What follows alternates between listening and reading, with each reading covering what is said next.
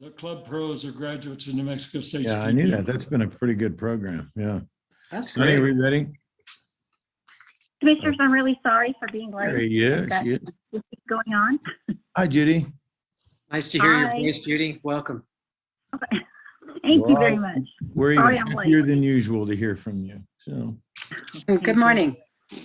okay. Good morning. So we have a quorum, but let's make that official. Please signify your attendance audibly. Commissioner Baker, I'm here. Mr. Bluestone, Here. Mr. Carruthers. Mr. Carruthers, you're muted. Here. Thank you. Commissioner Castillo, Here. Commissioner Villanueva, Here. and the chair is here. Commissioner Solomon is excused, as he notified us well in advance of his inability to attend today, but we do have a quorum. So let's move on to the second item, which is approval of the agenda. Is there a motion and a second? So moved. Second, Thank you, Commissioner Baker, Approve. Mr. Bluestone, Yes. Commissioner Carruthers, Yes. Mr. Castillo, yes. Mr. Villanueva. Yes. Chair votes yes. Approval of the minutes of the last meeting, that being held on February 4th of this year. Motion in a second. So moved. Second. Commissioner Baker, Yes. Commissioner Bluestone, Yes. Commissioner Carruthers, Yes. Commissioner Castillo, Yes. Commissioner Villanueva. Yes. Chair votes yes. All right, thank you, folks. Let's now move to the heart of the matter.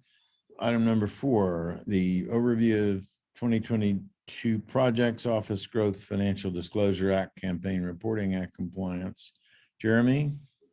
Good morning, Commissioners. I'll be brief, just a few updates for what's going on here at the Commission. So the first is we're growing. I'd like to introduce you to Casey Manier, who's a new attorney that's joined the Commission. Say hello, Casey. Good morning. It's nice to be here. I'm excited to get started on working. And Thank indeed, you. Casey has already fully started as I'll fill you in further when we get to some of our discussions about litigation. But it's great to have Casey, and we'll be growing more. And come July, the Commission will have additional funding for additional staff positions. And toward the end of this last quarter of the fiscal year, Wendy and I will begin to work on recruiting for those non-attorney staff positions. We're also expanding our office space. We've just executed a 5-year lease for this space and the adjacent space. So we're growing in our office space, and that lease includes 2 5-year options. And so the Commission is very well set up now to have a home here at the University of New Mexico Science and Technology Park for a good while.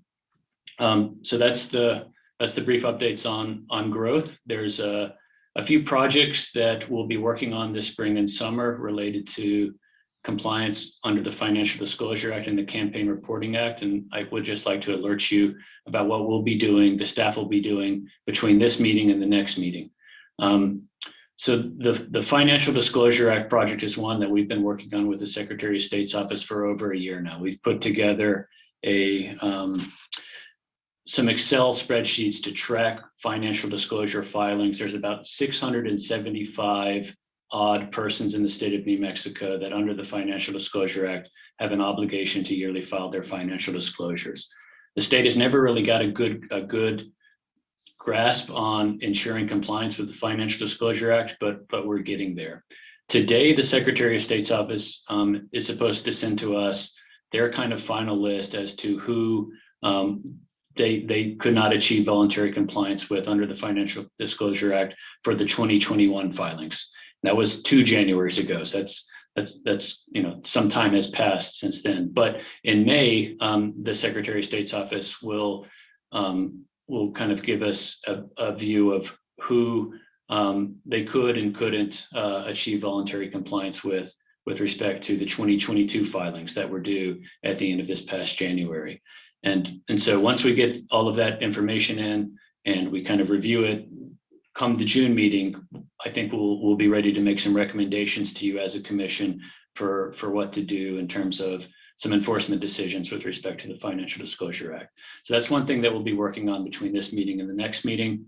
The other kind of big transparency disclosure statute that we share duties with the Secretary of State for is the Campaign Reporting Act. And as you know, the Secretary of State's office conducts a kind of annual audit of the Campaign Reporting Act, and the commission has done some work to kind of support the Secretary of State's audit.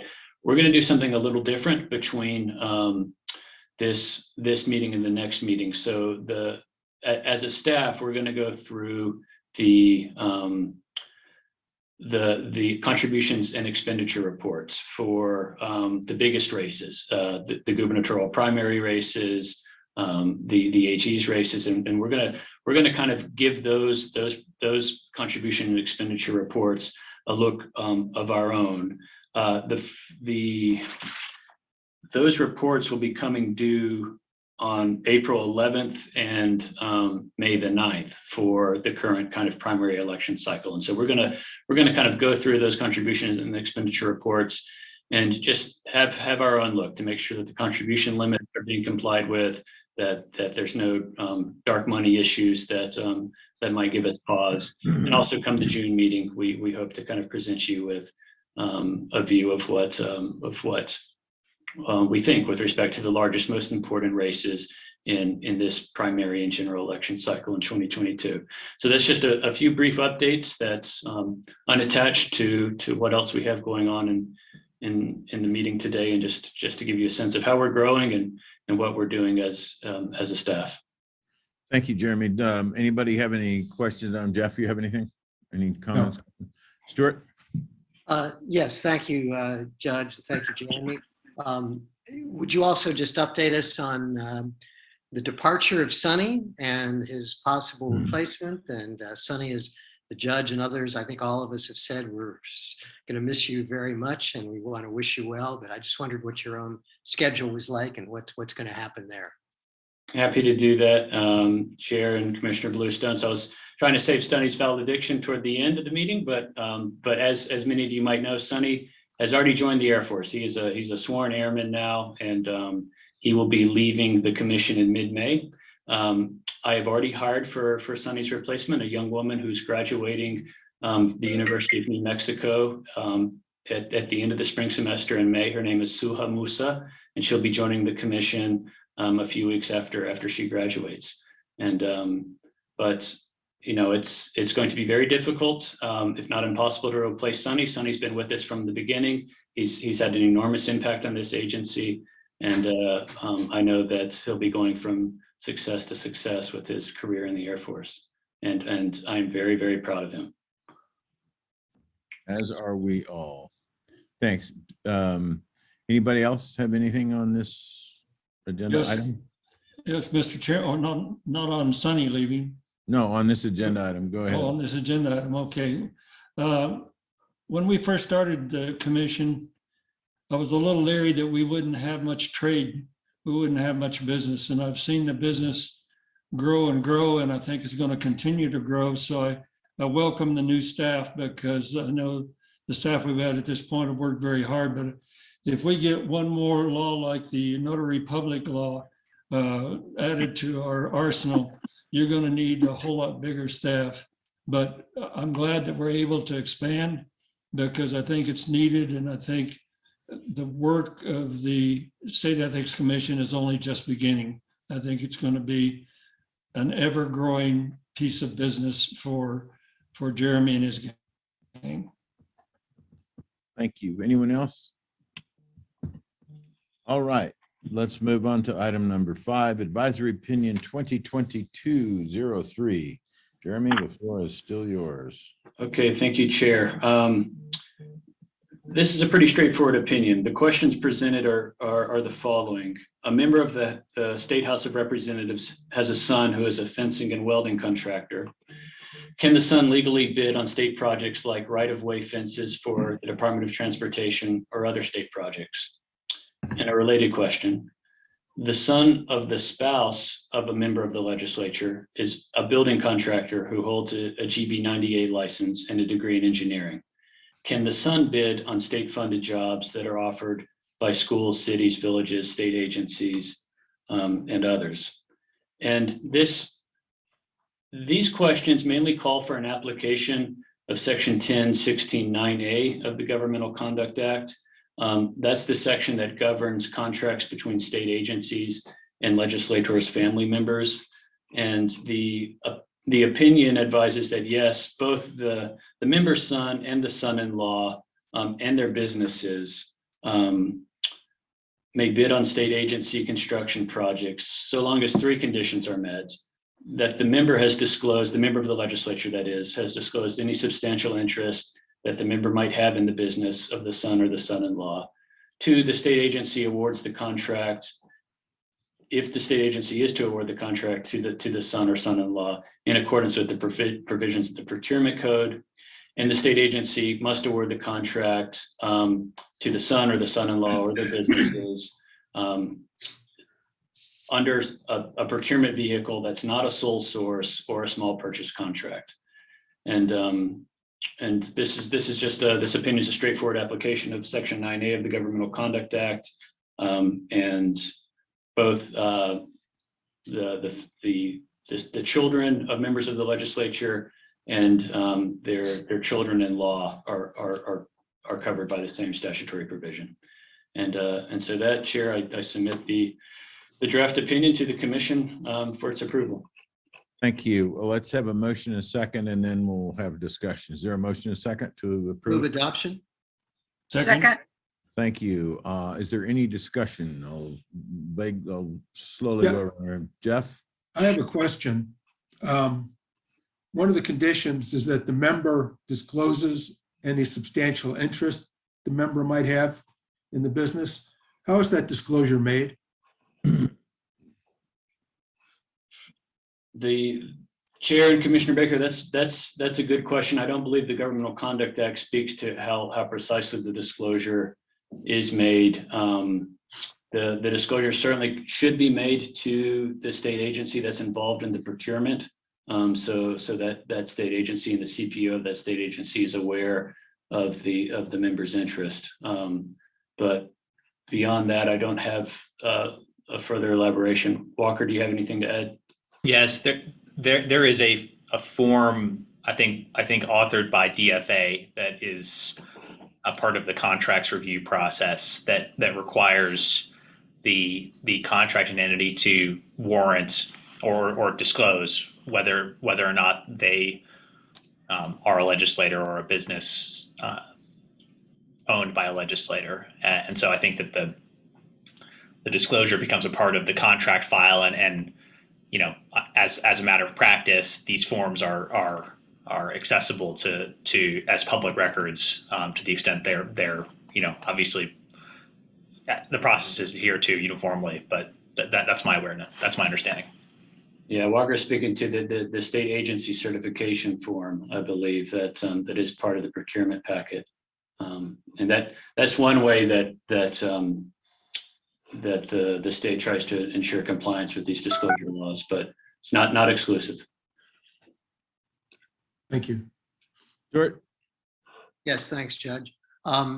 Yeah, I just want to commend Jeremy and the staff, both on the quality of the opinion, but I'm really impressed that we get these requests, as this one came in initially for an advisory letter.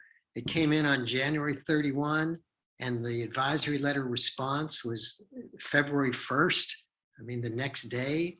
And then it basically said everything we've got here that we're now adopting into a formal advisory opinion. I just think the turnaround and the quality of the work is really commendable, and I just want to congratulate them again. Thank you. Commissioner Castillo? I don't have any questions. Thank you. Governor? No questions. Commissioner Villanueva? No questions, thank you. Thank you. Chair has no questions. There's a motion and a second. Commissioner Baker? I vote yes. Commissioner Bluestone? Yes? Commissioner Castillo?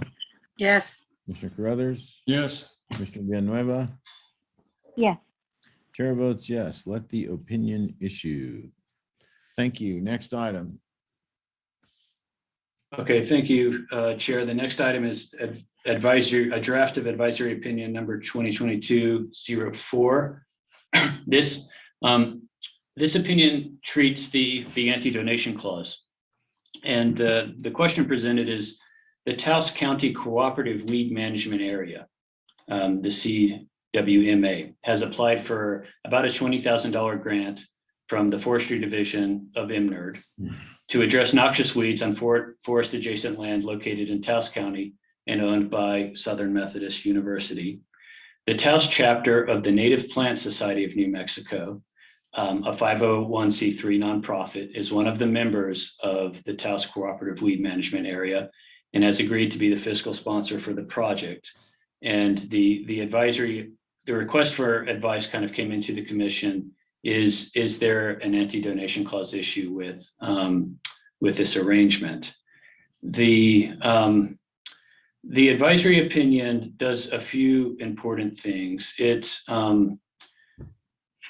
clarifies the two kinds of claims there are under the anti-donation clause. The first type of claim involves government-funded donations, transfers of property from the state to a private person, for which the government entity receives nothing of value. And the second kind of anti-donation clause claim involves the state's pledging of its credit for the benefit of a private enterprise. The answer to whether or not there's an anti-donation clause issue with this arrangement really depends on whether or not the state of New Mexico, through this grant through IMNERD, is receiving some type of consideration in return for its money. So this is a kind of, the question presented is a kind of type 1 anti-donation clause question. And the opinion makes clear that beyond characterizing it as a kind of type 1 problem and the resolution would depend on whether or not the state receives consideration, the opinion also makes clear that the State Ethics Commission, when considering anti-donation clause issues, it would really be to the benefit of the analysis and for the commission to be able to scrutinize the contract. And so the opinion also makes clear that when we're confronted with anti-donation clause issues and we're reviewing a potential grant agreement for consideration to the state, an analysis of the contract would be helpful. The opinion kind of hypothesizes circumstances under which the state would receive consideration for the grant agreement and circumstances in which it would not. And then the final part of the opinion, it just makes clear that if it wasn't the 501c3, but another local government member of this kind of noxious weed cooperative that exists in Taos County, that there wouldn't be an anti-donation clause issue, because there's no anti-donation clause issue when funds flow from the state of New Mexico to another governmental entity.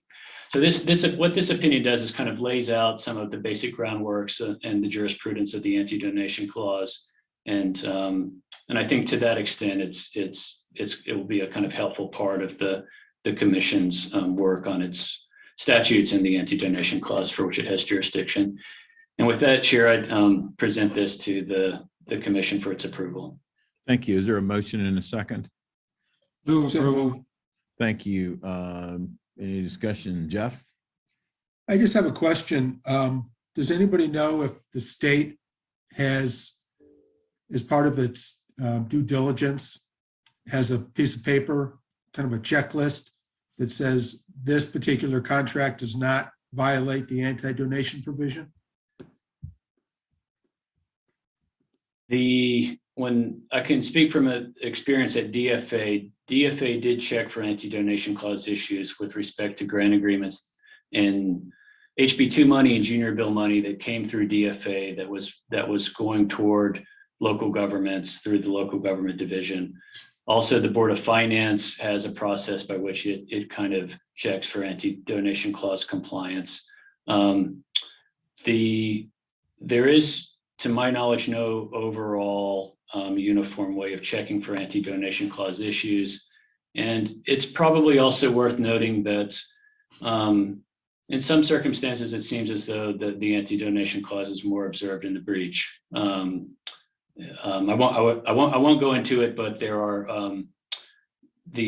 it suffice to say, Commissioner Baker, that I think the anti-donation clauses is a provision of law whose compliance is not uniform across the state, and it serves different functions. To some extent, the anti-donation clause kind of mirrors some of the misuse of office, anti-corruption purposes of the Governmental Conduct Act to keep the state's monies from kind of leaking out of state entities to private enterprises. Another way of looking at the anti-donation clause, and another one of its purposes, it kind of reflects a conception of political economy that was maybe, more in favor at the time of statehood, the Republican Party of the early 20th century before the New Deal. And so there are parts and applications of the anti-donation clause that might now appear somewhat antiquated, and the anti-donation clause applications just can appear very differently depending on the kind of question that's presented. Well, following up, I just wonder if the Ethics Commission, if there's a mechanism whereby we can make a proposal, a suggestion that every contract have a checklist that the anti-donation provision has been reviewed and this contract does not violate it. Just kind of a record-keeping proposal. Chair and Commissioner Baker, I think that's something that maybe we could work with DFA on. The review of, there is a contracts review bureau that has recently moved from DFA to GSD. And so there is review of the state's professional services contracts through the Contracts Review Bureau. The state's contracts, extend far beyond professional services contracts. So that suggestion it's actually for a very large ask. But I think there are things that we might be able to do working with DFA and GSD with respect to anti-donation clause compliance. If the anti-donation clause is one of the laws that the commission really seeks to emphasize. Thank you. Stuart, anything? Yes, thank you. Again, I think this is very well done. I think the anti-donation clause remains an important part of our constitutional structure. And I think even though this issue may seem narrow, I think the analysis that the opinion provides is helpful in a broad sense for understanding the difference between what's a donation, what has legal consideration to it, and the entities that are affected. And I just want to point out again that this request came in on January 26th, and the executive director provided an advisory letter response 2 days later on January 28th. And I just find this very helpful to the operation of the state and what the commission is doing to provide guidance on questions like this. And I commend Jeremy and the staff for the work. So I'm happy to support this one as well. Thank you. Celia, you have anything? No, thank you. Okay, thank you. Governor? Yes, Mr. Chairman, I think anything we can do to be helpful in overseeing the anti-donation clause would be useful. It's been my sense that over time it's been violated numerous times, and I think it needs to be tightened up a bit. And if we can be helpful in any way to do that, I think the state would benefit. Thank you. Judy? No questions, thank you. Thank you.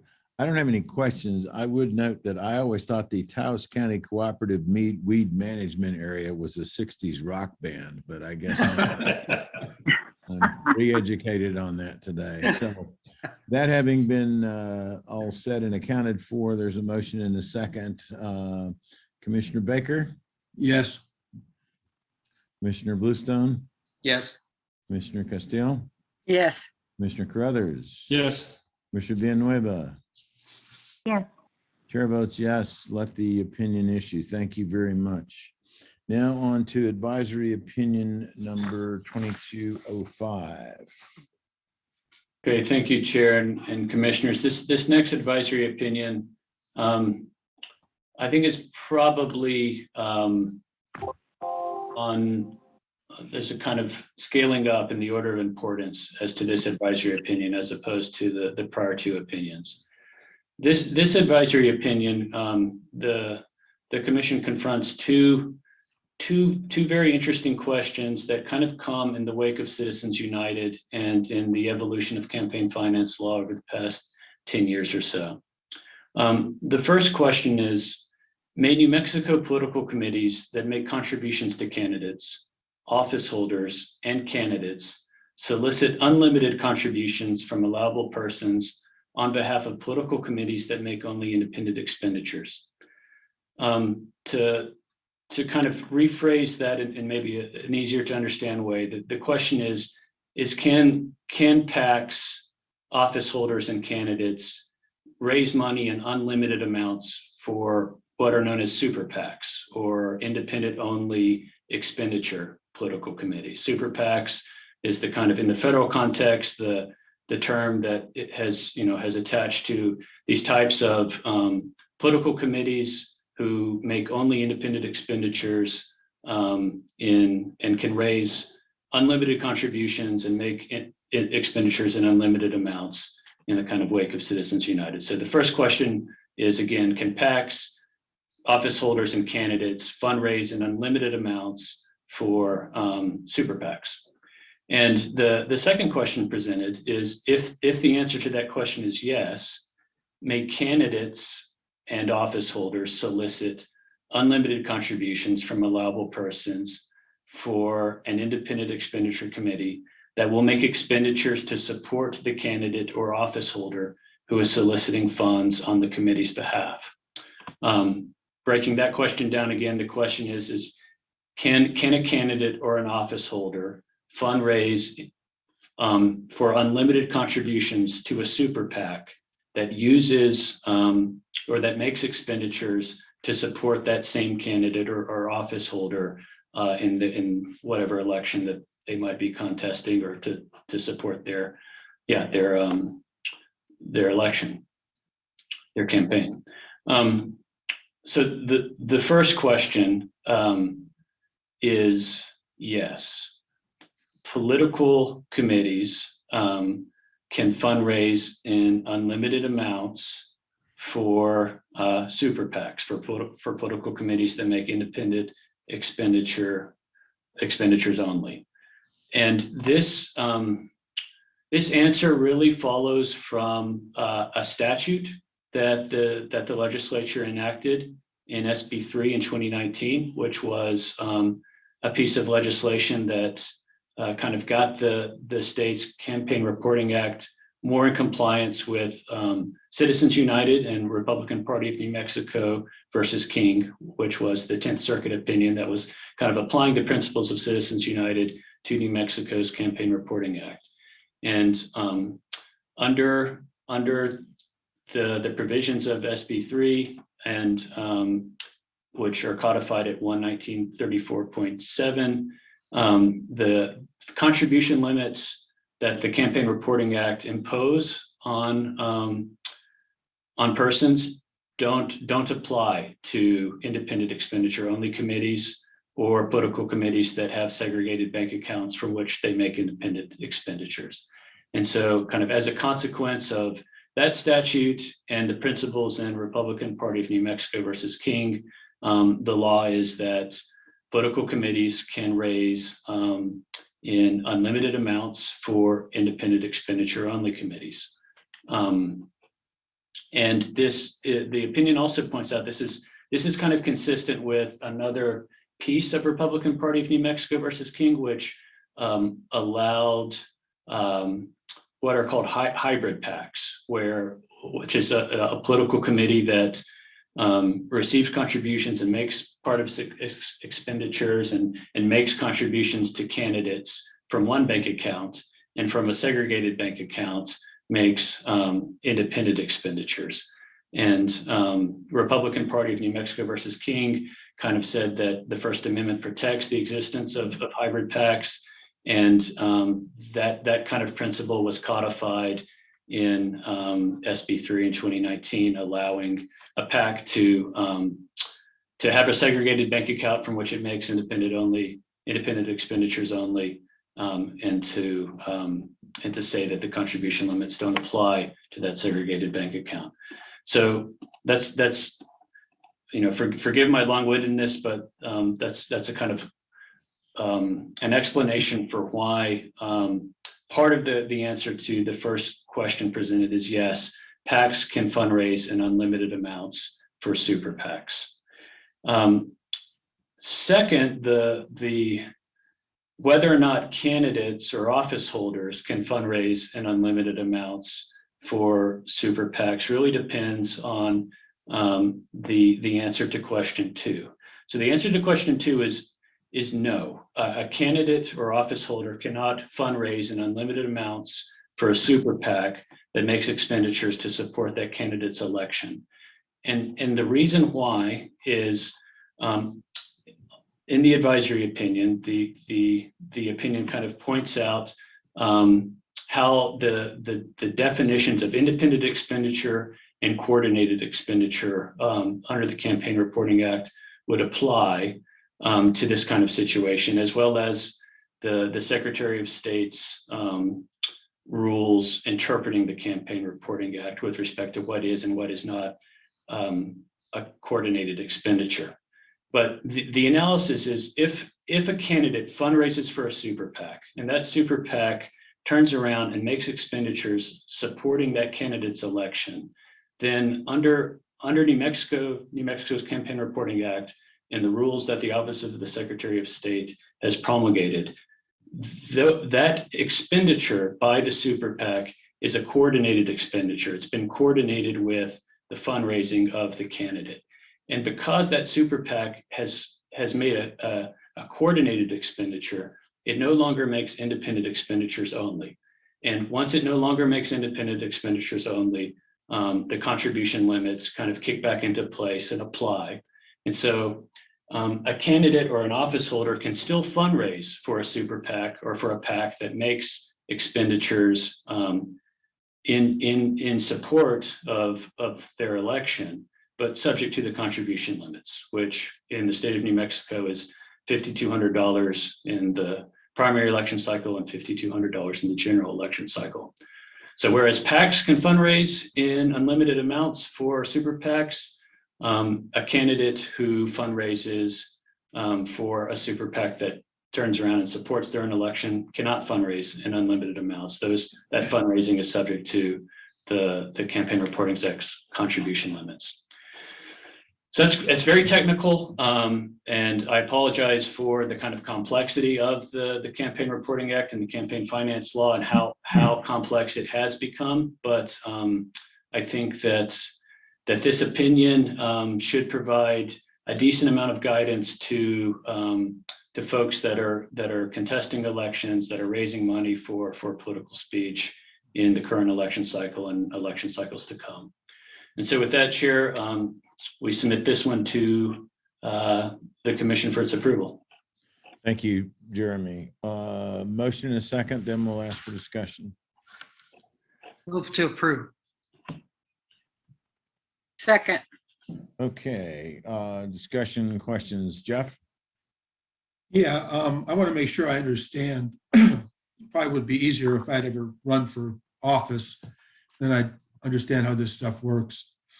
Do I understand you to say that if there is a PAC called New Mexicans for Governor Lujan Grisham, that PAC can raise unlimited amounts of money for a super PAC called 1 Million New Mexicans for Governor Lujan Grisham, and that super PAC can then spend that money for the governor's campaign, but that if the governor herself raises money for the super PAC? The super PAC cannot turn around and give money to the governor's campaign? Did I ask that right? So Chair and Commissioner Baker, I don't think you quite asked it right. Okay. And let me try one more time on you on this. So the PAC can fundraise for the super PAC in unlimited amounts, so long as the super PAC remains an independent expenditure only committee. So its expenditures of whatever money it receives cannot be coordinated with the candidate or their campaign. And there's a lot of indicia of coordination, and there's a lot of law on what would constitute coordination and not coordination. But so long as the super PAC is in fact only making independent expenditures and not coordinated expenditures, the PAC can fundraise in unlimited amounts for the super PAC. But the candidate, if the candidate fundraises for the super PAC makes expenditures supporting that candidate's election, the real brunt of this advisory opinion is to advise that those expenditures are no longer independent, they're coordinated. And because they're coordinated, they're subject to the contribution limits.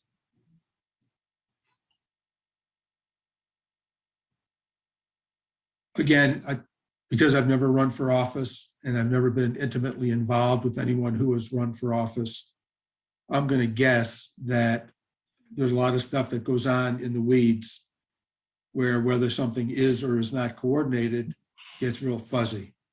Is that fair?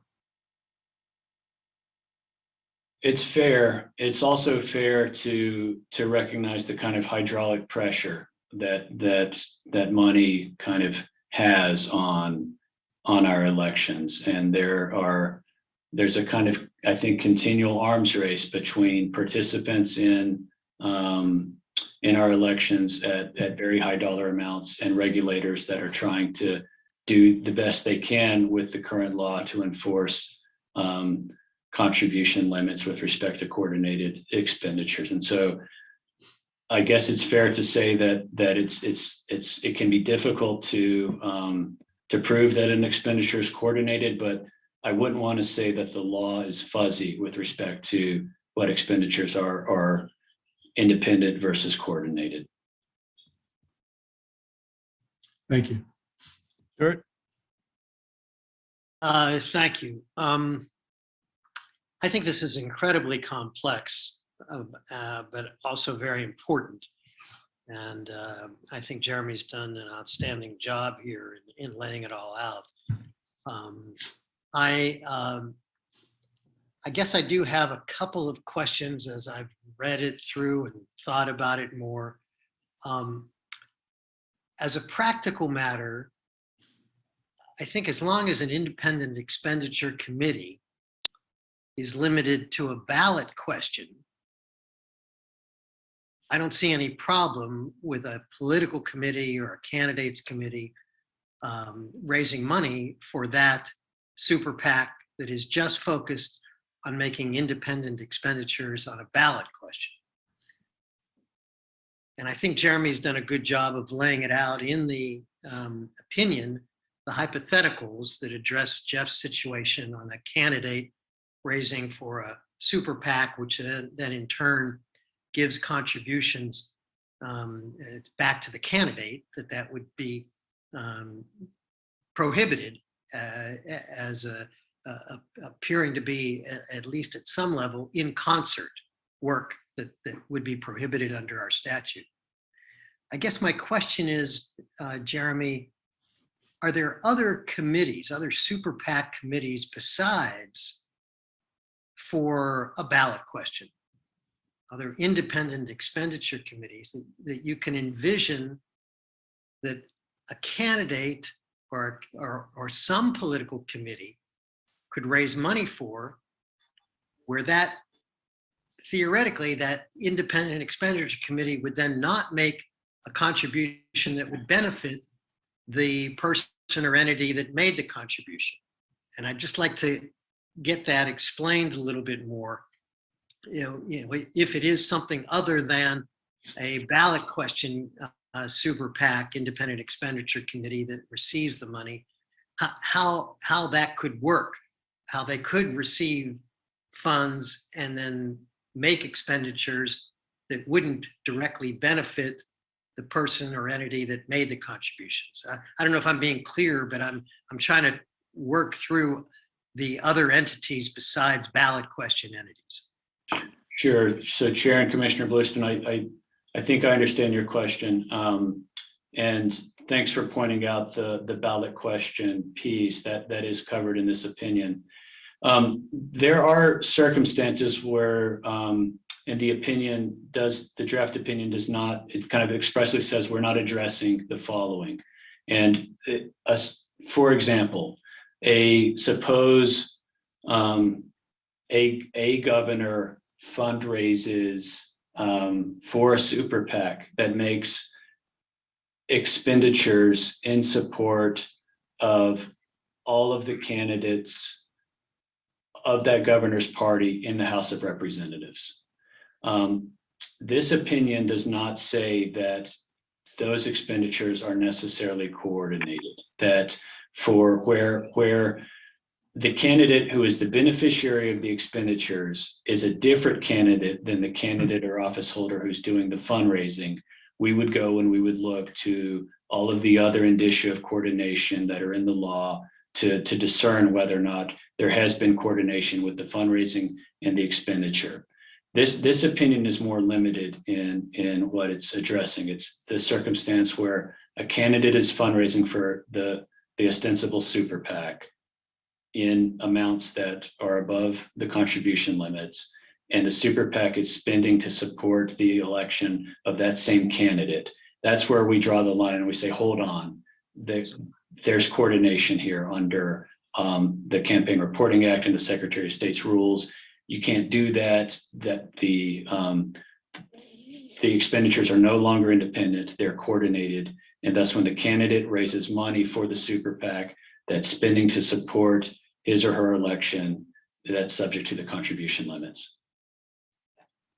But as to the others, you're saying in this opinion, we're not addressing that. We're not saying it's proper, we're not saying it's improper. We're just saying that question hasn't come before us, or at a minimum, you'd have to look at the indicia of coordination and cause and effect before making that determination.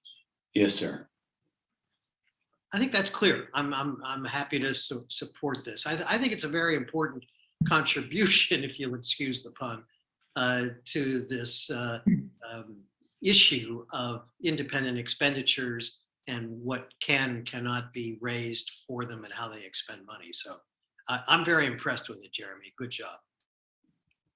Thank you. And for the commission should know that this draft opinion is proposing in terms of the law and the application of a coordinated expenditure is the Santa Fe, for example, the city of Santa Fe and its municipal campaign finance law has made clear in its municipal ordinance that this kind of fundraising for a super PAC that would support that candidate is coordination. So it's not as though the commission's opinion is breaking entirely new ground in the state of New Mexico. It's that in some ways the commission is following what is I think the correct reading of the Campaign Reporting Act and the Secretary of State's rules that's consistent with what the city of Santa Fe has made explicit in its regulations. Thank you. Yes, but it is breaking new ground at the state level. Yes, sir. And I'm curious, could you explain why United for New Mexico has a mailing address in Portland, Oregon? Commission Chair and Commissioner Bluestone, I can't. That's not information that's disclosable in an open meeting. Okay. Okay, well, thank you. That's all my questioning. Thank you. Commissioner Castillo? Yes, I do have a couple of questions. If I'm a candidate and raising money, if I don't raise any money for a super PAC, I'm fine. That's correct. As long as I'm not doing anything with the super PAC, we're all right. And then the super PAC doesn't have any problem either if I'm not raising money for it. So, but if I'm a candidate and I start raising money for a super PAC Okay, and tell them to go, put your money there. And let's say and the issue of the super PAC is like raising the minimum wage to $25. Now, as a candidate, I've said that I am for that particular issue. Okay, but the super PAC isn't spending money on me. They're spending money on that particular issue. Is that one of those? I mean, is that considered coordinated, or, I mean, is that still okay as long as the super PAC is dealing with issues? This draft opinion does not conclude that that would be coordination. That's probably more akin to the example in the draft opinion. Suppose there's a ballot question to pay legislators or to repeal the anti-donation clause, and the candidate supports both of those positions. The candidate could fundraise in unlimited amounts for the super PAC. That's spending on a ballot question like that, because by definition in the CRA, those would be independent expenditures. Now, your example, Commissioner Castillo, with respect to raising the minimum wage in the state, that probably wouldn't be a ballot question. That probably wouldn't be an amendment to the state constitution. It could be, but it could also just be a policy change within the state itself, or a piece of legislation. But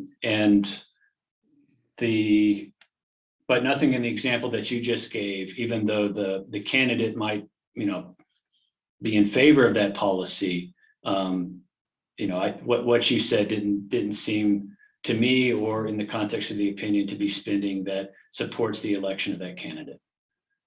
But if the super PAC goes over the line and says, and because we're supporting the minimum wage at $25 an hour, and this candidate is supporting that too, vote for this candidate, that's the problem. Chair and Commissioner Castillo, yes, that would be coordinated under this analysis, and thus the candidate's fundraising would be subject to the contribution limits. Thank you. And I agree. It's a very well written opinion, considering the complexity of the issues you had to deal with. Thank you. Governor? I think the judge's recent question clarified the matter for me, that if I'm a candidate for governor and I raise $200,000 for this PAC that wants a $25 minimum wage, they can go ahead and promote their cause, $25 minimum wage, but still give me a contribution up to the limit for the contribution as a candidate. Is that correct?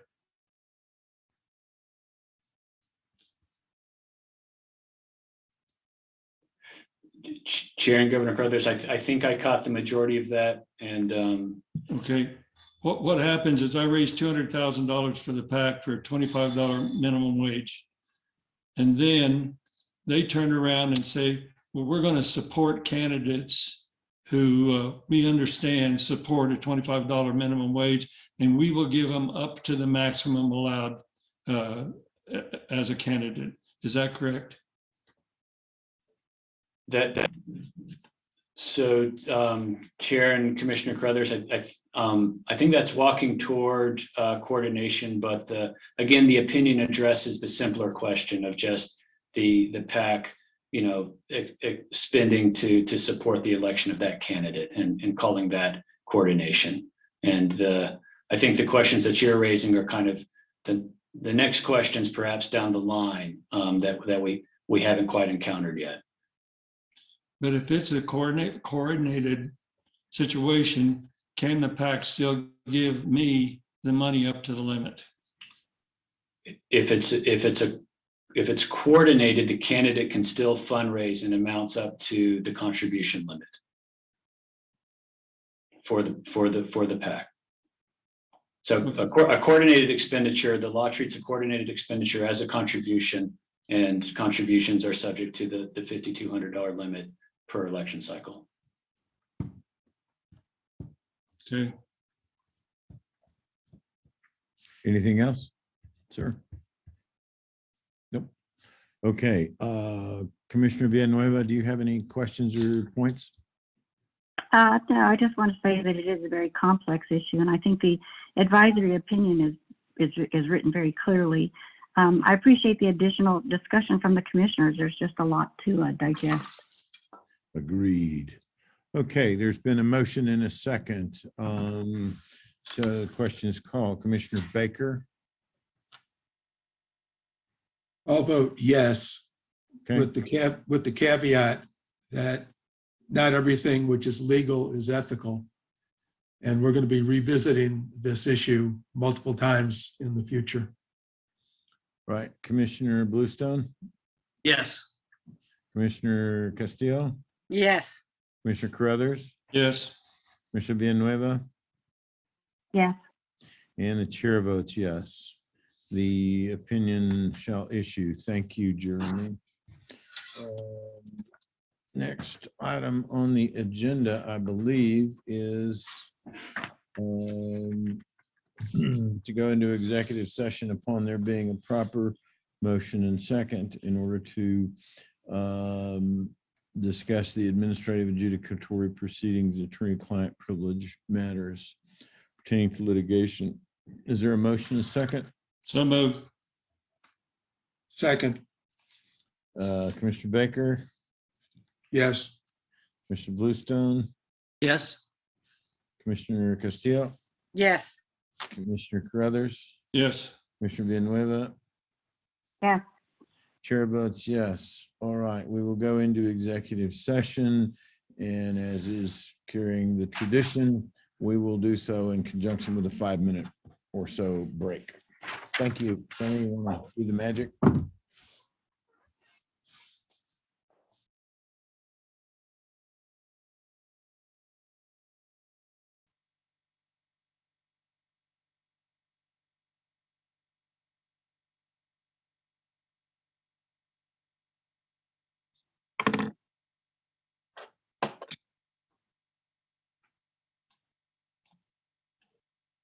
Chair, I believe we're all back. All right. We are back in open session. Welcome those of you who are still with us. Jeremy, I'll turn it over to you. We're at item number 11 on the agenda, and under that is actions on administrative complaints. Go ahead. Okay, thank you, commissioners. On administrative complaint number 2021-17, the staff seeks a 90-day extension under Section 11A of the State Ethics Commission Act. Motion in a second. So moved, Second. Thank you, Commissioner Baker, yes.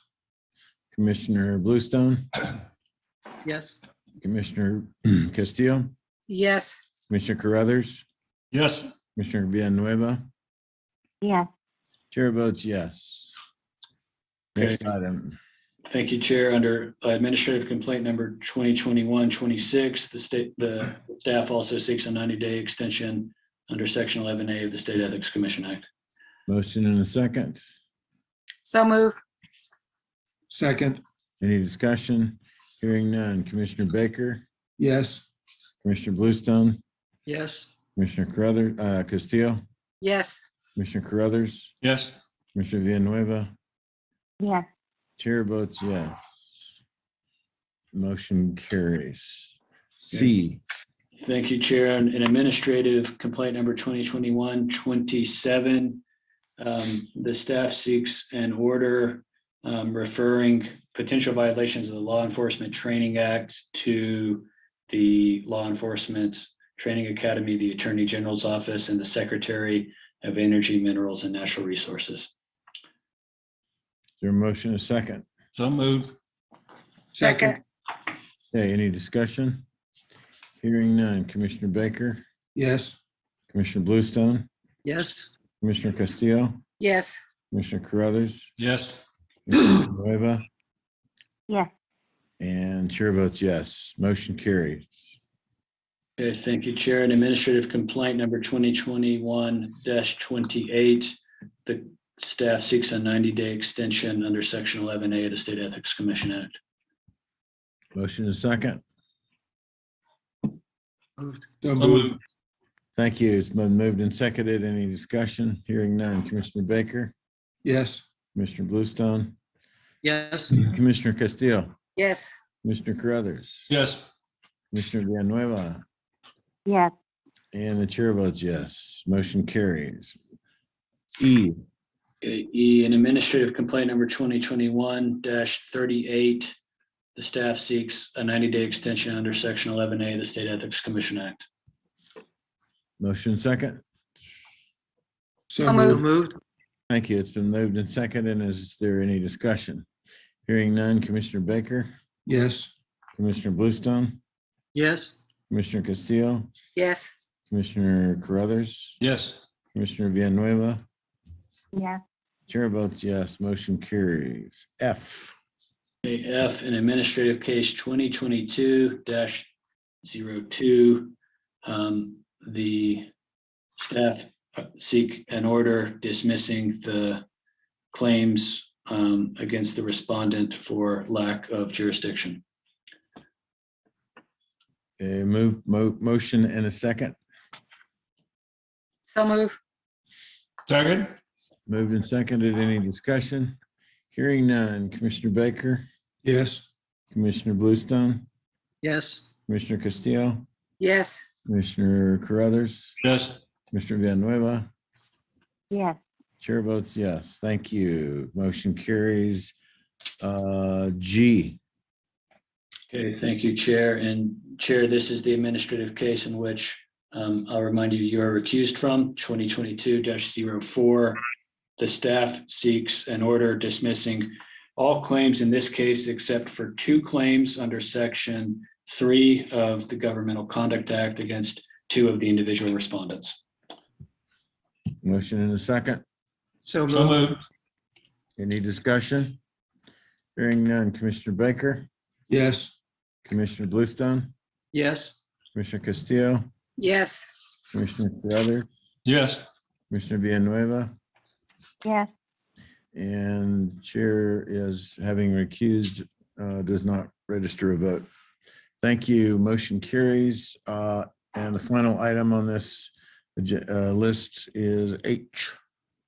Thank you, Chair. In case, administrative case number 2022-05, the staff seek an order dismissing claims alleged under the Charitable Solicitations Act and the rules of the House of Representatives for lack of subject matter jurisdiction.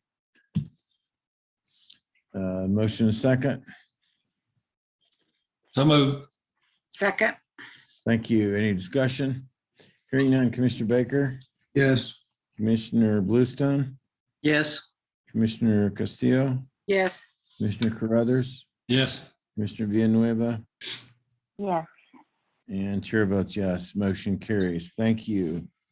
All right, that brings us to agenda item number 12.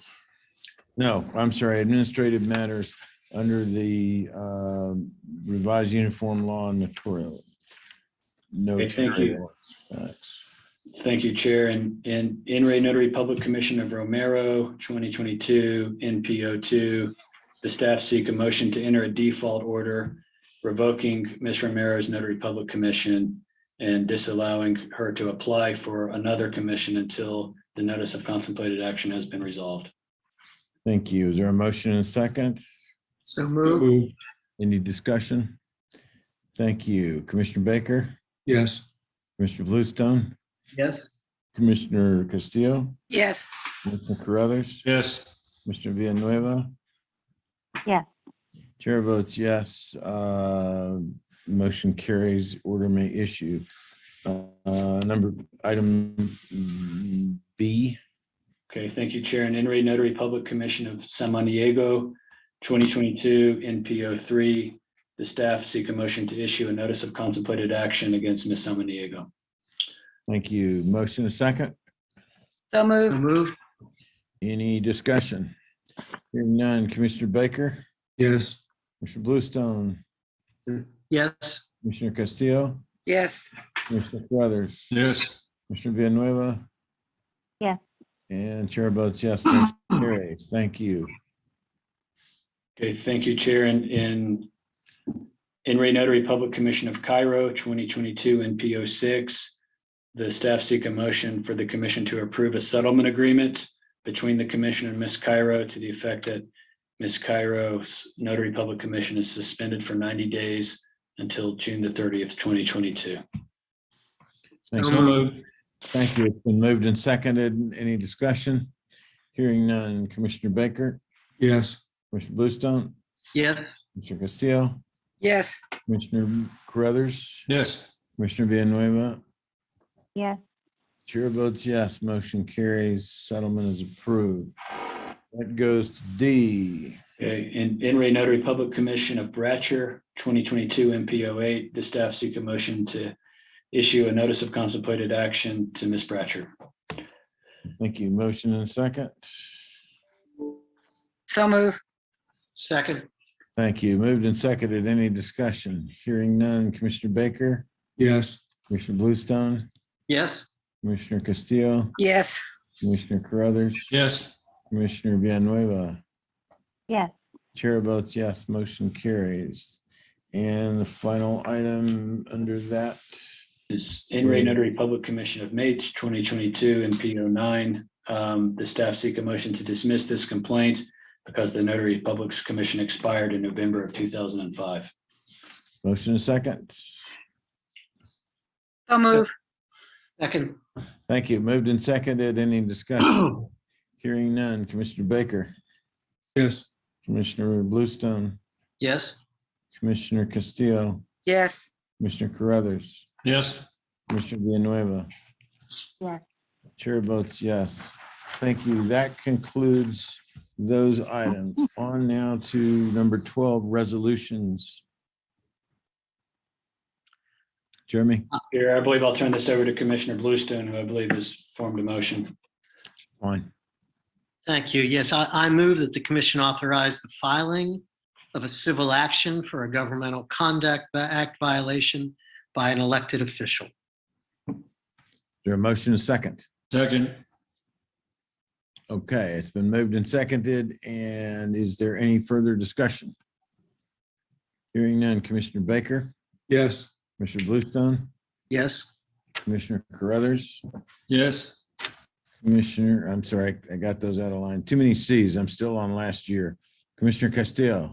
yes, All right. Commissioner Villanueva. Yes. Chair votes yes. Motion carries. Thank you. Item number 13, next meeting. The next meeting is set for the first Friday in June. Anybody know what that is offhand? June 3rd. June 3rd? Okay. It looks as if things are gonna head back to something approximating the old normal, but rather than scurry it for June 3rd, I would suggest that we attempt our next in-person meeting for August. Does that sound good for everybody? That gives the staff time to adjust their schedules or work around them and deal with some budgeting issues relative to travel and all that sort of stuff. Anybody have a different idea? Is that okay? just a question. I know I'll be out of state on June 3rd, but I assume even if we go back to in-person meetings, we'll still have the option of participating remotely? Chair and Commissioner Bluestone, we can do that. Yeah. It won't be ideal, but we have the camera technology and the software that enables that. And you may recall, we had tried that earlier, and while not optimal, it is feasible. Okay, so our next meeting will be on June 3rd. It will be via Zoom. And just to give everybody a heads up, the August meeting, the first Friday in August, will be, assuming it'll be that, we'll decide that June 3rd. It will be in person in Albuquerque. Public comment, Sonny, Walker, Jeremy, whoever, one of you. Yeah, absolutely. So Deal with that. any members of the public want to make a public comment, you can do so by pressing on the reactions button at the bottom of the screen in your little tool section there, clicking on that and then raising your hand. Otherwise, if you're on the phone, you can press *9 And that should also show me that you're raising your hand as well.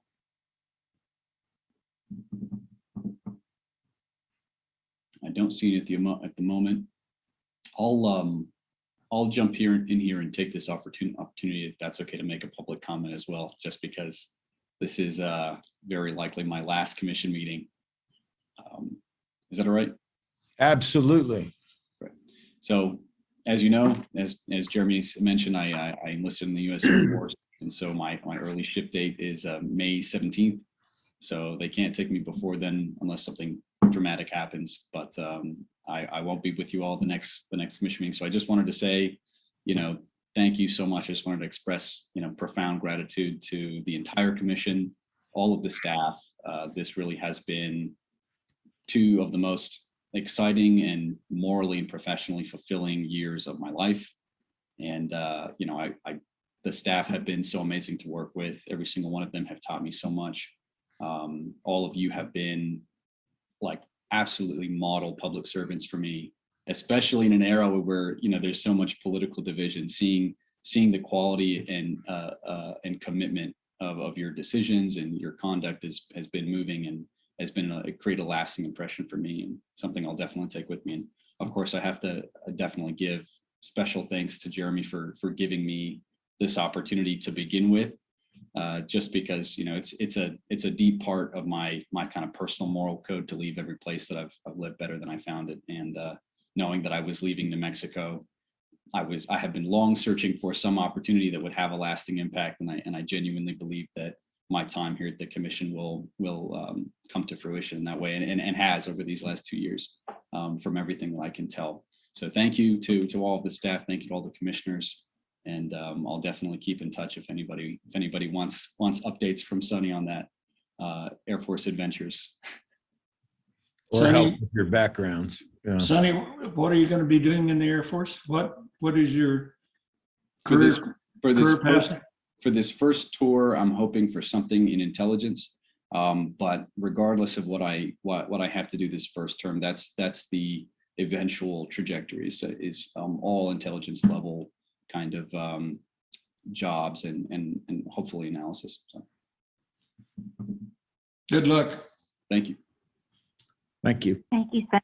Thank you. I think we all share that same sentiment, and I have been even more fortunate than some of the others to work with Sonny, given both his capabilities and my lack thereof, but also just location wise. And you have been invaluable to the successes that we have enjoyed on the commission.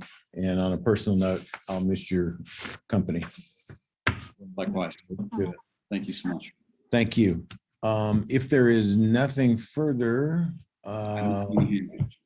call the meeting adjourned, and best of all to everybody, and we'll see you in June. Thank you all.